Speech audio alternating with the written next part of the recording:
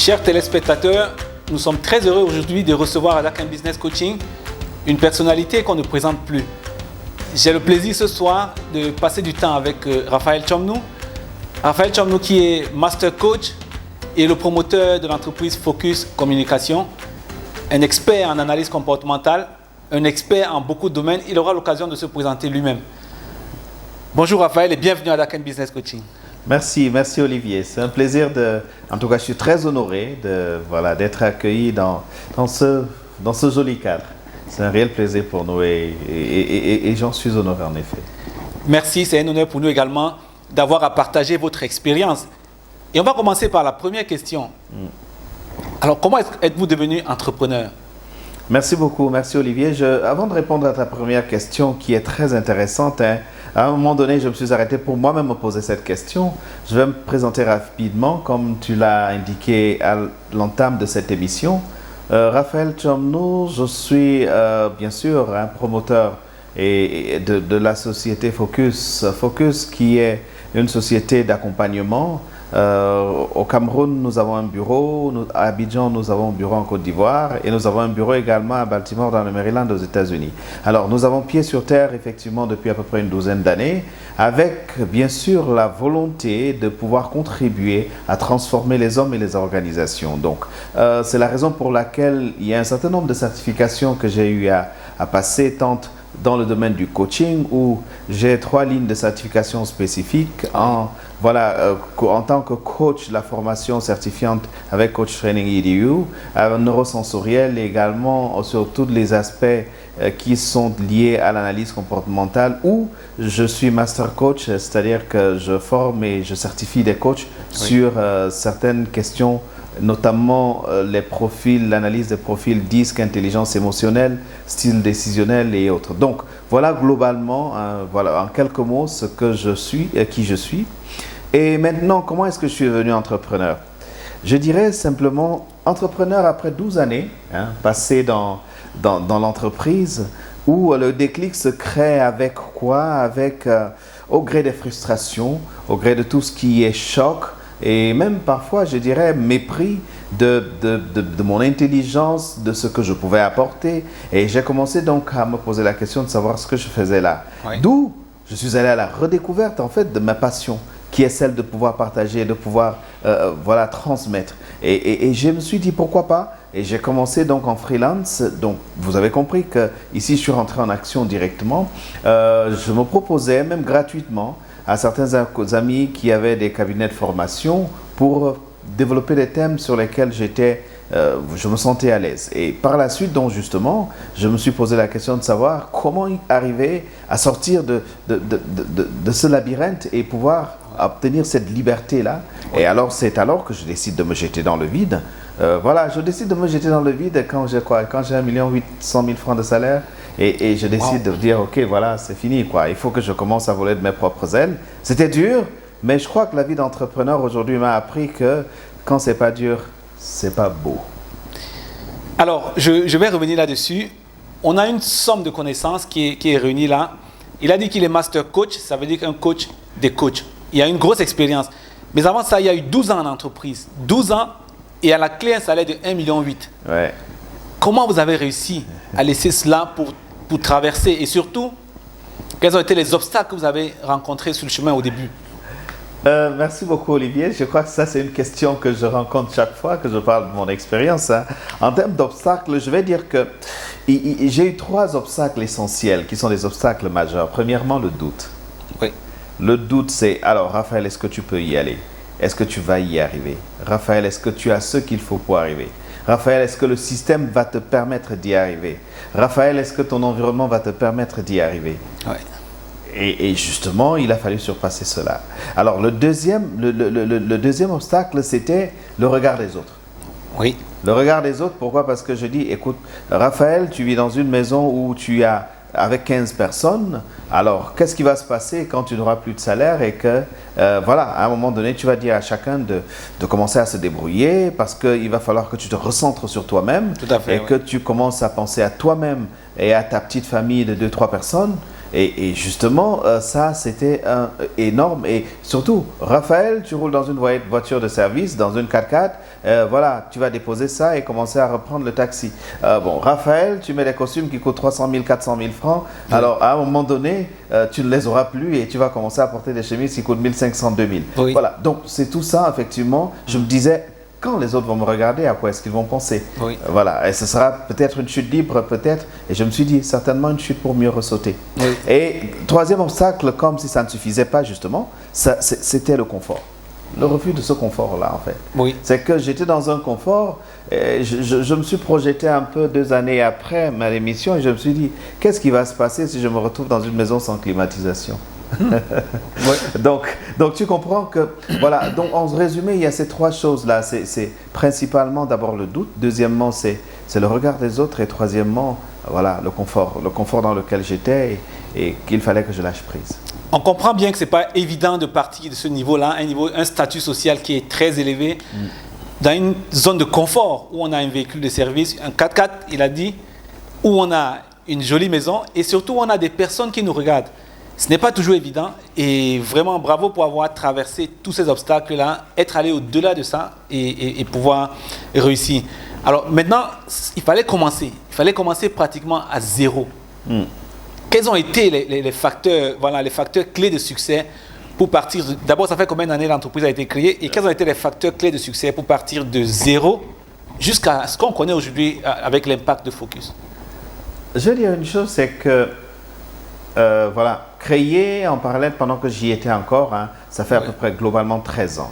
Okay. Mais effectivement, où je décide de couper, voilà, de couper la source. Oui. De couper la source, j'aime dire ça, pour dépendre voilà, de la nature simplement, ça fait à peu près 10 ans.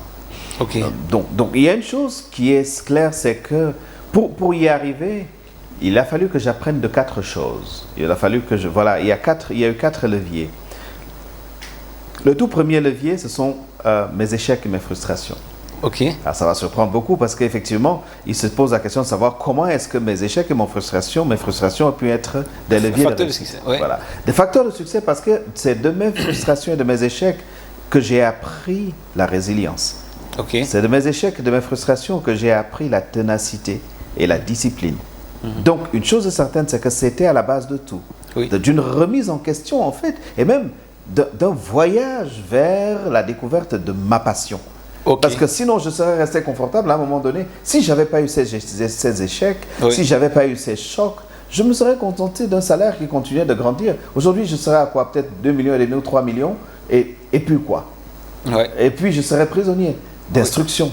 On va me dire, alors, on va m'amener à faire des choses auxquelles je ne crois pas, pour lesquelles je n'ai aucune envie. Donc, vous comprenez que, en m'adressant aux téléspectateurs, vous comprenez qu'ici, il y a un enjeu majeur. C'est de se poser la question de savoir, chaque fois que j'ai échoué, qu'est-ce que j'apprends de cet échec? Oui. Et je crois que c'est tous ces apprentissages qui m'ont permis d'être où je suis aujourd'hui. Deuxièmement, effectivement, puisque j'ai parlé de ma capacité à rebondir sur mes échecs, la deuxième chose, c'est mon agilité. Ok. Mon agilité, ici, je fais appel à quelque chose qui est fondamental, c'est la capacité de pouvoir se réinventer, la capacité de se dire, écoute, voilà, je pense, j'ai des croyances, j'ai des paradigmes, bien sûr comme tout le monde, et j'ai des certitudes. Parce qu'au niveau de responsabilité où j'étais, vous savez, plus on monte, plus les certitudes se consolident. Donc j'avais certaines certitudes, il fallait casser tout cela. Et me dire que, voilà, je vis dans un monde d'incertitude. Il est impossible aujourd'hui de croître ou de grandir, d'atteindre un certain niveau de succès ou de réussite si on est prisonnier des certitudes. Okay. Parce que le monde est essentiellement incertain. Alors, je ne vais pas dessiner le diable sur le mur.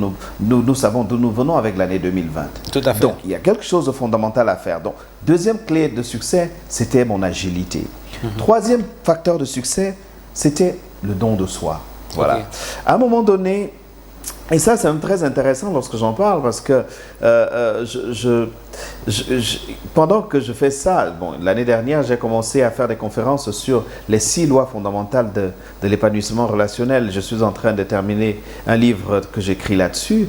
Mais j'ai compris une chose et c'est quand je suis allé puiser dans mon histoire que je réalise qu'en effet, plus on donne, mieux on reçoit. Et également, c'est quand j'ai appris que je pouvais donner même ce que je n'avais pas, Oui. que j'ai compris que tout ce que je recevais Oui. était un retour. Tout à fait. De ce don de soi. Tout à fait. Et savoir effectivement aller s'investir, même quand on n'a rien dans la poche. Quelqu'un vous demande un service, je m'investis parce que je peux lui donner, je peux l'aider, sans y aller parce que j'attends en retour qu'il y ait une rémunération, une contribution. Donc, pour ma part, troisième élément, c'est le don de soi. Et enfin, il y a un dernier élément qui est très important, c'est la foi. Oui. C'est la foi. Je crois qu'il y a un être suprême, je crois qu'il y a quelqu'un, en qui j'exprime de la gratitude chaque jour. Et je crois que cette espérance-là me fortifie et me donne de penser que, voilà, on a besoin d'être équilibré spirituellement aussi. Tout à fait. En tout cas, on a beaucoup appris. Donc, contrairement à ce qu'on peut se dire, surtout sortant d'une année comme 2020, ce que Raphaël nous dit, c'est que les frustrations, les échecs ont été en fait la pierre angulaire. C'est peut-être un peu atypique de penser comme ça, que les frustrations, les échecs peuvent nous aider sur le chemin du succès. Et voilà, et c'est vraiment quelque chose d'extrêmement important. Ça veut dire qu'à nos téléspectateurs qui nous regardent en ce moment, 2020, c'est une année où on peut aussi apprendre beaucoup. Mais alors, je vais revenir un peu avant de continuer sur les frustrations. Elles étaient, pendant longtemps, elles étaient naissantes. Est-ce qu'elles avaient pris du temps de maturer? Est-ce que ces échecs-là étaient des échecs récents, liés au cadre professionnel ou aux échecs de la vie tout court? Essentiellement professionnel. Ok. Essentiellement professionnel parce que, tu le sais, hein, il y a quelque chose qui est fondamental, c'est que nous passons 70% de notre vie active dans notre environnement professionnel. Donc, du coup, quand on est dans cet environnement-là et qu'on ne se sent pas à l'aise, il y a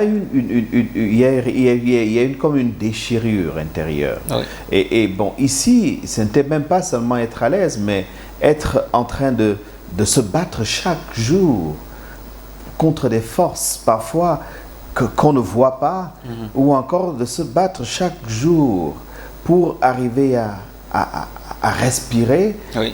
C'est drainant, en effet. C'est drainant et suffisamment destructeur pour interpeller qui veut prendre conscience et lui dire, écoute, qu'est-ce que tu fais ici? C'est essentiellement ça. Donc, c'était essentiellement professionnel, les frustrations.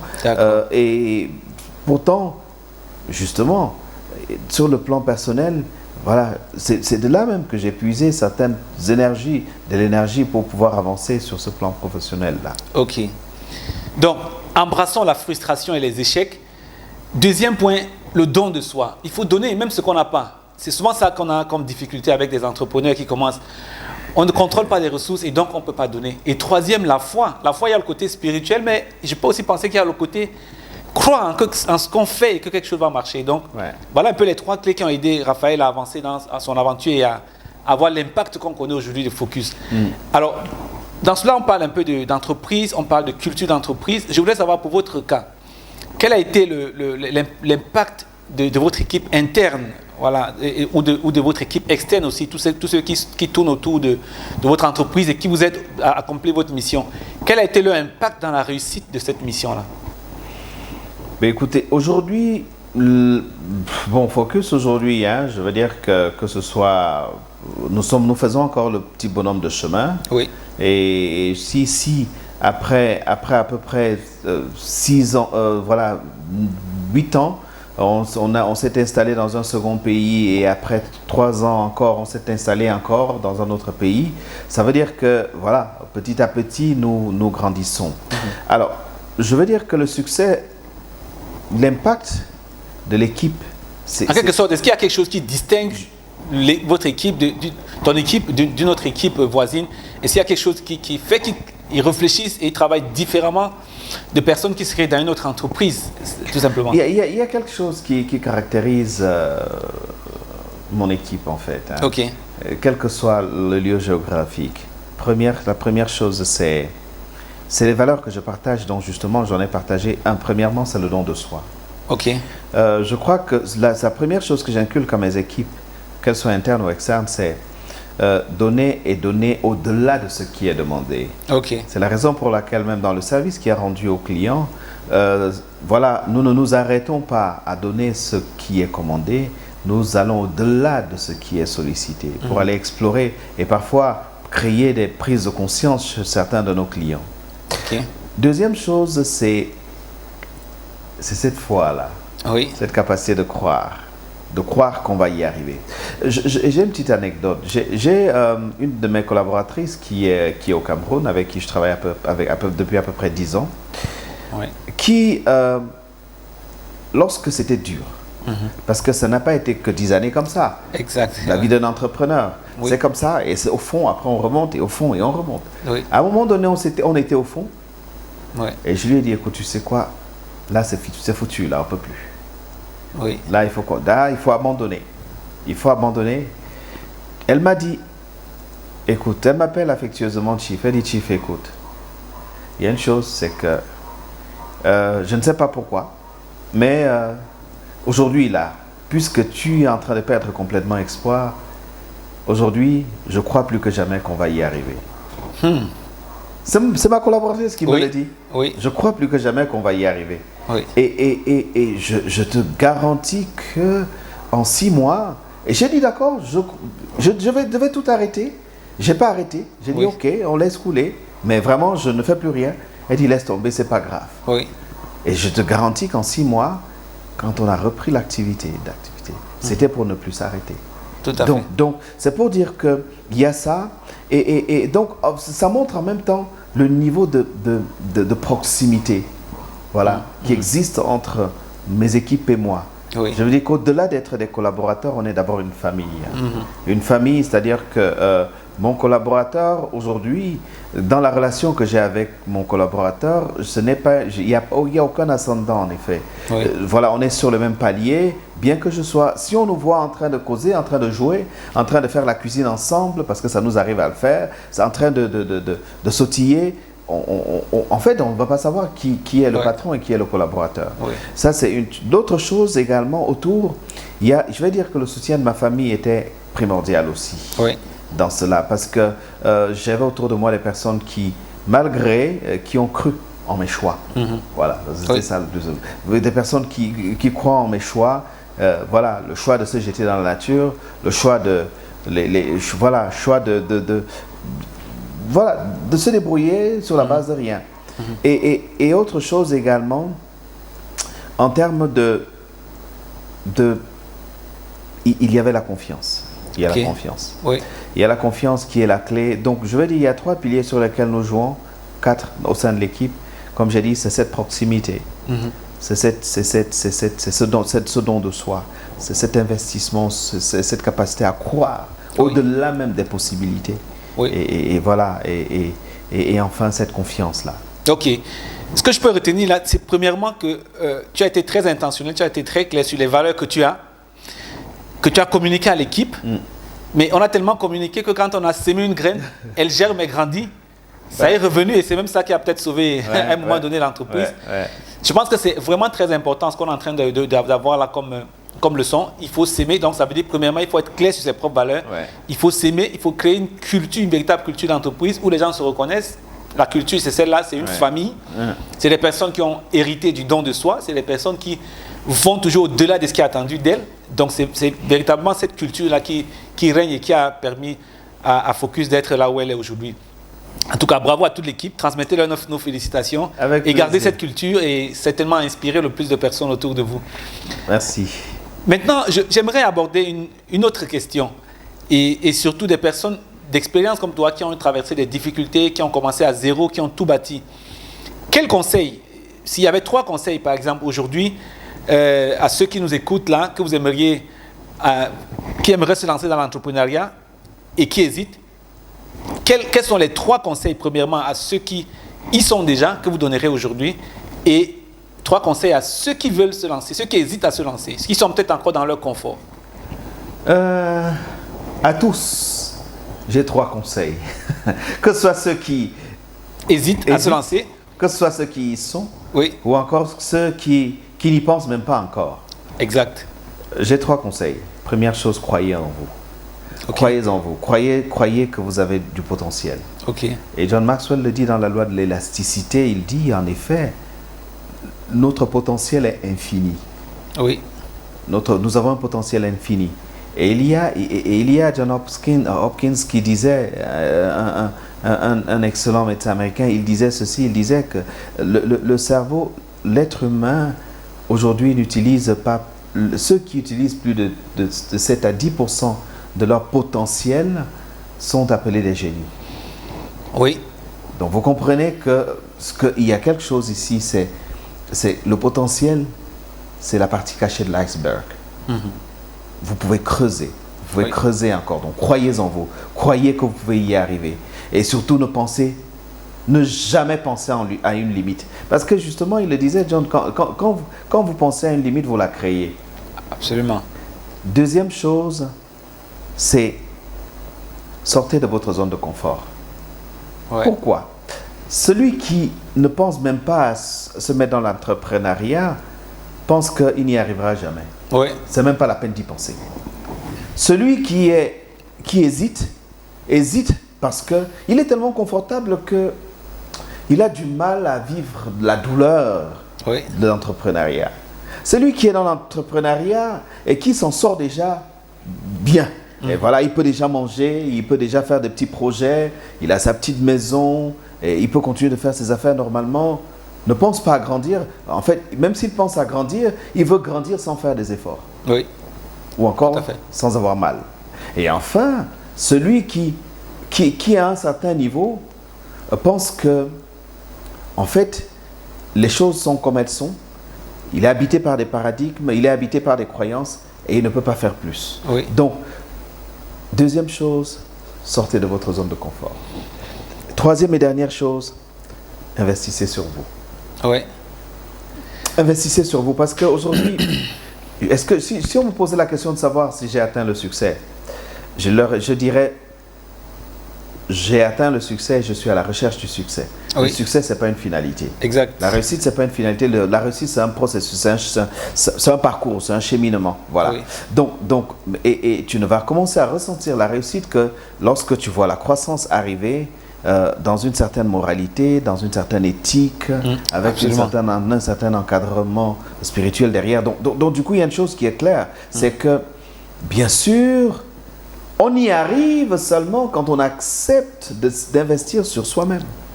Si tu n'investis pas sur toi-même, il y a un problème. Et je m'en vais poser la question à vous qui m'écoutez.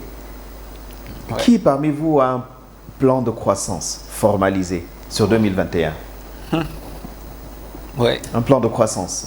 Ou c'est un plan de développement personnel. Où il sait que pour me développer personnellement cette année, voilà ce que je vais faire comme formation, comme accompagnement. Je vais me laisser accompagner et voilà ce que ça va me coûter. Quand on pose la question, chaque fois, chacune de mes conférences, quand je pose la question, il y a moins de 2% de personnes qui vont lever la main. Voilà. Alors que c'est là où il faut que l'on soit entrepreneur, au début, ou au milieu, ou à la fin. Ne jamais croire qu'on est arrivé. Ouais. Et c'est tant que vous n'avez pas appris à désapprendre, vous ne pouvez pas apprendre. Ouais. Voilà, donc du coup, et il y a effectivement Stephen Hawking, c'est le fameux astronaute qui disait, c'est que l'ignorance n'est pas l'absence de connaissance, l'ignorance c'est la présomption de connaissance. Waouh. Donc voilà, c'est ce que je pouvais dire pour aujourd'hui. D'accord. En tout cas, vous avez très bien compris. Je pense qu'on a eu des conseils très importants. Premièrement, croire en vous, c'est ce qui bloque beaucoup de personnes. Croire en vous, c'est le premier conseil qu'il a donné. Deuxièmement, sortir de sa zone de confort. Sortez de votre zone de confort. Et troisième point, intentionnellement planifier l'investissement sur sa croissance personnelle. Vous ne pouvez pas grandir si vous restez dans cette zone-là. Si vous ne choisissez pas consciemment, et pas seulement dans les discours et les souhaits, ce n'est pas un vœu pieux, consciemment de travailler à croître. On est en 2021, on a la chance d'être encore dans le mois de janvier. Stephen Covey dit souvent que l'ennemi du mieux, c'est le bien. Quand on a le bien, on n'aspire pas à mieux, c'est ce que Raphaël essaie de dire tout à l'heure. Quand vous êtes dans le confort de votre fonction actuelle, quand vous avez des revenus qui sont confortables, on n'aspire pas à mieux. Quand on est un jeune entrepreneur qui commence, on a un certain niveau de revenus qui nous permet d'être confortable avec notre famille, on n'aspire pas à mieux. Ce que je comprends, c'est que allons au-delà de 5% de notre potentiel, 5 à 10% de notre potentiel, qu'on n'a même pas encore atteint. Explorons ce potentiel-là pour qu'on ait vraiment rendu utile notre vie. En tout cas, nous avons eu vraiment beaucoup de sagesse à partager et partagée par Raphaël pendant ces moments d'échange. On va certainement le faire revenir. N'hésitez pas, suivez Raphaël sur toutes les conférences qu'il fait et sur ses pages, n'hésitez pas, parce qu'il y a beaucoup de choses à faire et beaucoup de choses à dire sur la croissance personnelle. Merci à vous d'avoir pris du temps de nous regarder et surtout, sachez que vous êtes la personne la plus importante au monde. Donnez-vous la première considération. À très bientôt.